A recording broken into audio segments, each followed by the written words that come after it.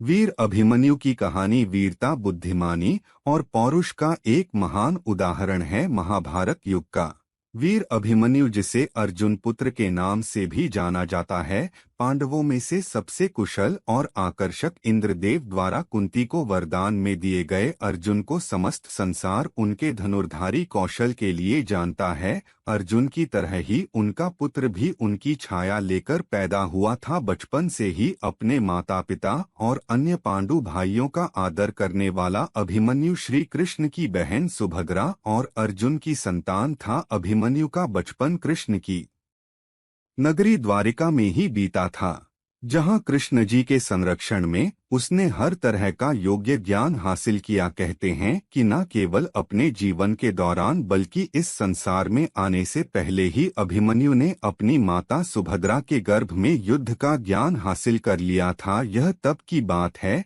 जब अर्जुन अपनी पत्नी सुभद्रा को चक्रव्यूह भेदने की तकनीक समझा रहे थे। उस समय अभिमन्यु सुभद्रा के गर्भ में था और उनकी सारी बातों को सुन रहा था। अर्जुन अपनी पत्नी सुभद्रा को चक्रव्यूह में जाने, उसके सारे व्यूह भेदने और अंत में वहां से कैसे बाहर आना है, उसकी कला बता रहे थे। अर्जुन एक के बाद एक सुभद्रा को व्यूह में प्रवेश करने और शत्रुओं को कैसे पराजित किया जाए, उसका वर्णन कर रहे थे।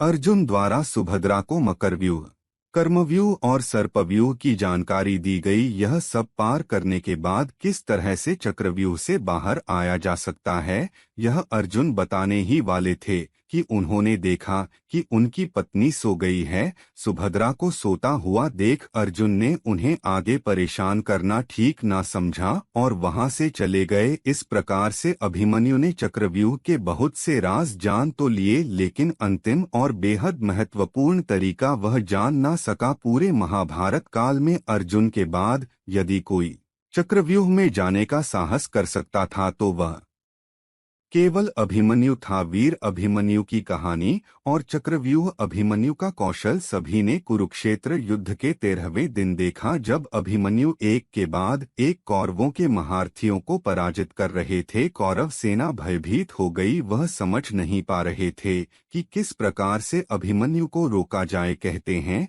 कि अभिमन्यु द्वंद्व युद्ध में इतने माहिर थे कि कौरवों में शायद ही कोई ऐसा योद्धा था जो उन्हें पराजित कर सके। इसीलिए उन्हें पराजित करने के लिए कौरवों ने छल का सहारा लिया। गुरु द्रोण द्वारा पांडवों को हराने के लिए चक्रव्यूह की रचना की गई।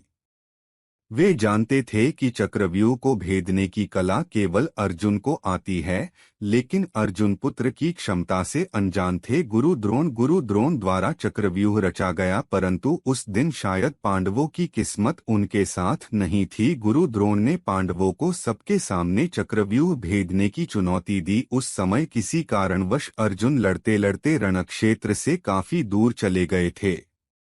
वे इस बात से अनजान थे कि गुरु द्रोण द्वारा चक्रव्यूह रचा जा रहा है। अर्जुन पुत्र अभिमन्यु चक्रव्यूह भेदने के लिए उसमें घुस गया। चक्रव्यूह में प्रवेश करने के बाद अभिमन्यु ने कुशलतापूर्वक चक्रव्यूह के 6 चरण भेद लिए।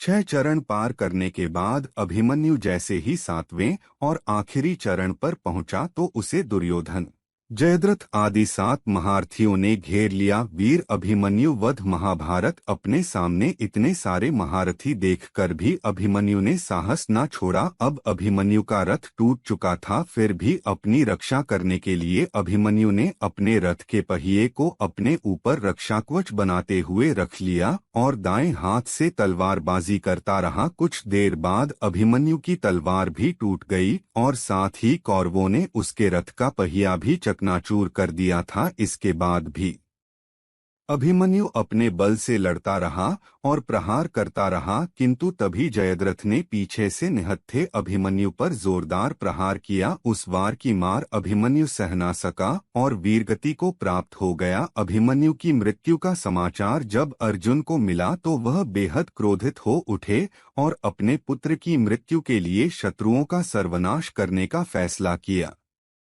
दोस्तों, इसी प्रकार आखिर में लड़ते लड़ते अर्जुन पुत्र वीर अभिमन्यु के जीवन का अंत हो जाता है। वीर अभिमन्यु से सीख अभिमन्यु ने जाते जाते सिखा दिया कि परिस्थितियां कितनी भी बिगड़ जाएं, इंसान को धैर्य के साथ उनका सामना करना चाहिए। इस संसार में केवल युद्ध को जीतना ही श्रेष्ठता नहीं कहलाती, युद्ध में अपना साहस दिखाने वाले को भी संसार में सम्मान की नजर से देखा जाता है।